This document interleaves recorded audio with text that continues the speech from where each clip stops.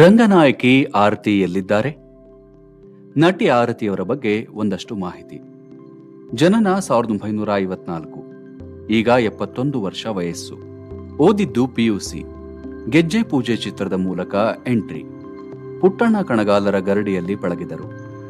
ನಾಗರಹಾವು, ಉಪಾಸನೆ, ಶುಭಮಂಗಳ, ಧರ್ಮಸೆರೆ, ರಂಗನಾಯಕಿ ಇವು ಆರತಿ ನಟಿಸಿದ ಪುಟ್ಟಣ್ಣ ಚಿತ್ರಗಳು. ರಾಜ್ ಜೊತೆ, ರಾಜಾ ನನ್ನ ರಾಜ, ಸಿಪಾಯಿ ರಾಮು, ಪ್ರೇಮದ ಕಾಣಿಕೆ, ಬಂಗಾರದ ಪಂಜರ, ಭಲೆ ಹುಚ್ಚ, ಪ್ರತಿಧ್ವನಿ ಚಿತ್ರಗಳಲ್ಲಿ ಅಭಿನಯಕ್ಕಾಗಿ 4 ಬಾರಿ ರಾಜ್ಯ ಪ್ರಶಸ್ತಿ. ನಮ್ಮಲ್ಲಿ ದೂರದರ್ಶನ ಧಾರಾವಾಹಿ ನಿರ್ದೇಶನ. ವಿಧಾನ ಪರಿಷತ್ ಸದಸ್ಯೆ. 1988ರಲ್ಲಿ ಚಿತ್ರರಂಗಕ್ಕೆ ವಿದಾಯ ಹೇಳಿ ಅಮೆರಿಕಾದಲ್ಲಿ ಸೆಟ್ಲ್ ಆದರು. ಮಿಠಾಯಿ ಮನೆ ಸಿನಿಮಾಕ್ಕಾಗಿ ಅಮೆರಿಕಾದಿಂದ ಬಂದಾಗ JP ನಗರದ ಅವರ ಬೆಳ್ಳಿ ತೆರೆ ಮನೆಯಲ್ಲಿ ಪ್ರೆಸ್ ಮೀಟ್. ವರ್ಷಾನುಗಟ್ಟಲೆ ಧೂಳು ಹಿಡಿದ ಮನೆಯನ್ನು ಕ್ಲೀನ್ ಮಾಡುವ ಸಾಹಸ ಗಂಡ ಚಂದ್ರಶೇಖರ್, ಮಗಳು ಯಶಸ್ವಿನಿ ಜೊತೆ. ಆಗ ತರಕಾರಿ ತರಲು ಜಯನಗರದ ಮಾರ್ಕೆಟ್ಗೆ ಹೋದಾಗ ಜನ ಗುರುತು ಹಿಡಿಯಲಿಲ್ಲ. ವಾಯ್ಸ್ ಕೇಳಿ ಗುರುತು ಹಿಡಿದು ಮಾತನಾಡಿಸಿದರು. ಆರತಿ ಏಕೆ ಅಭಿನಯಿಸುವುದಿಲ್ಲ? ಯಶಸ್ವಿನಿ ಚಿಕ್ಕವಳಾಗಿದ್ದಾಗ ಹಠ ಹಿಡಿದು ಹೋಗಬೇಡ ಅಂದಳು, ಅತ್ತಳು. ಇನ್ನು ಮುಂದೆ ಬಣ್ಣ ಹಚ್ಚೋದಿಲ್ಲ ಅಂತ ಪ್ರತಿಜ್ಞೆ ಮಾಡಿದರು ಆರತಿ. ವಿಶೇಷವೆಂದರೆ ಈಗಲೂ ಆರತಿ ಪೌಡರ್ ಕೂಡ ಹಾಕೋದಿಲ್ಲ.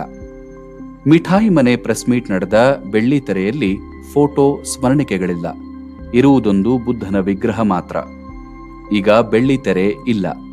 ಯಾರಿಗೋ ಮಾರಾಟ ಮಾಡಿ ಅಮೆರಿಕಾದಲ್ಲಿ ಸೆಟ್ಲ್ ಆಗಿದ್ದಾರೆ ಆರತಿ.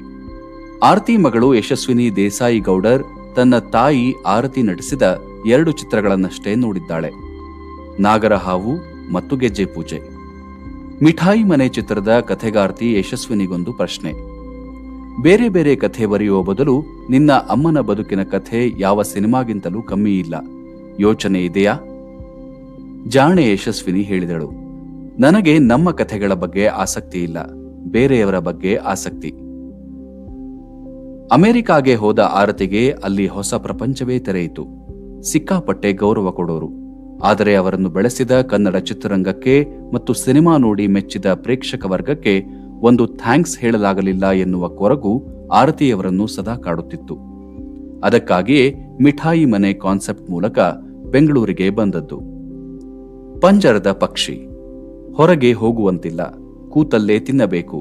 ಹಾಯಾಗಿ ಪಾರ್ಕ್, ಮಾರ್ಕೆಟ್, ಮದುವೆ, ಮುಂಜಿಗಳಿಗೆ ಹೋಗುವಂತಿಲ್ಲ. ಬಂಧನದ ಬದುಕು ಆರತಿಯವರದ್ದಾಗಿತ್ತು. ಆರತಿಯವರು ಸಿನಿಮಾಕ್ಕೆ ಬಂದಾಗ ಚಿಕ್ಕ ವಯಸ್ಸು. ಆಗ ಬದುಕಿನ ಬಗ್ಗೆ ಕಲಿಯಲು ಸಾಧ್ಯವಾಗಿಲ್ಲ. ಸಿನಿಮಾ, ಬಣ್ಣ, ಲೊಕೇಶನ್ ಅಂತ ಕಲಿತಿರಬಹುದು. ಆದರೆ ಅಮೆರಿಕಕ್ಕೆ ಹೋದ ಮೇಲೆ ಪತಿ ಮತ್ತು ಮಕ್ಕಳಿಂದ ಬದುಕನ್ನು ಕಲಿತರು ಆರತಿ. ಆರತಿ ಪತಿ ಚಂದ್ರಶೇಖರ್ ಗೌಡರ್ ತಮ್ಮ ಸಂಪಾದನೆಯನ್ನು ಒಂದು ಫೌಂಡೇಶನ್ ಅಂತ ಮಾಡಿ ಅಲ್ಲಿ ಕೂಡಿ ಹಾಕುತ್ತಿದ್ದರು. ಅಮೆರಿಕಾದಲ್ಲಿ ಗಾಂಧಿ ಬಗ್ಗೆ ಪ್ರಚಾರ. ಅವರ ಬದುಕಿನ ಮಾದರಿಯನ್ನು ಅವರಿಗೆ ತಿಳಿಸಿಕೊಡುವ ಸಣ್ಣ ಪ್ರಯತ್ನ ಮಾಡಿದ್ದು ಸುಳ್ಳಲ್ಲ. ಭಾರತಕ್ಕೆ ಹೋಗಿ ಇಂಥ ಕೆಲಸವನ್ನು ಮುಂದುವರಿಸುವ ಆಸೆ ಚಂದ್ರಶೇಖರ್ ಅವರಿಗಿತ್ತು. ಆದರೆ ಭಾರತದಲ್ಲಿ ಇವರಿಗೆ ಪರಿಚಯದವರು ಕಮ್ಮಿ. ಆರತಿ ಎಲ್ಲರಿಗೂ ಗೊತ್ತು. ಭಾರತಕ್ಕೆ ಹೋಗಿ ಇದೇ ಕೆಲಸವನ್ನು ಮುಂದುವರಿಸುವ ಸೂಚನೆ ಕೊಟ್ಟರು ಚಂದ್ರಶೇಖರ್. ಆದರೆ ಆರತಿ ಒಪ್ಪಲಿಲ್ಲ. ಫೌಂಡೇಶನ್ ಕಡೆಯಿಂದ ಹುಬ್ಬಳ್ಳಿ, ಧಾರವಾಡಗಳಲ್ಲಿ 10 ಹಳ್ಳಿಗಳನ್ನು ದತ್ತು ತೆಗೆದುಕೊಂಡು ಅಭಿವೃದ್ಧಿಗೆ ಶ್ರೀಕಾರ ಹಾಕಿದರು. ಮೂಲಭೂತ ಸೌಕರ್ಯ, ರಸ್ತೆ, ಕೆರೆ ಅಭಿವೃದ್ಧಿ ಇತ್ಯಾದಿಗಳನ್ನು ಮಾಡಿದ್ದಾರೆ. ಹಾಗೆ ನೋಡಿದರೆ ಆರತಿಯವರದ್ದು ಸಾರ್ಥಕ ಬದುಕು. ಅಮೆರಿಕಕ್ಕೆ ಹೋದ ಮೇಲೆ ಇವರು ಸಂಪೂರ್ಣವಾಗಿ ಬದಲಾಗಿದ್ದಾರೆ. ಸಾಮಾಜಿಕವಾದ ಕೆಲಸ ಕಾರ್ಯಗಳಲ್ಲಿ ತೊಡಗಿಕೊಂಡಿರುವುದರಿಂದ ಒಂದು ಆತ್ಮತೃಪ್ತಿಯ ನೆಮ್ಮದಿ ಆರತಿಯವರಿಗಿದೆ.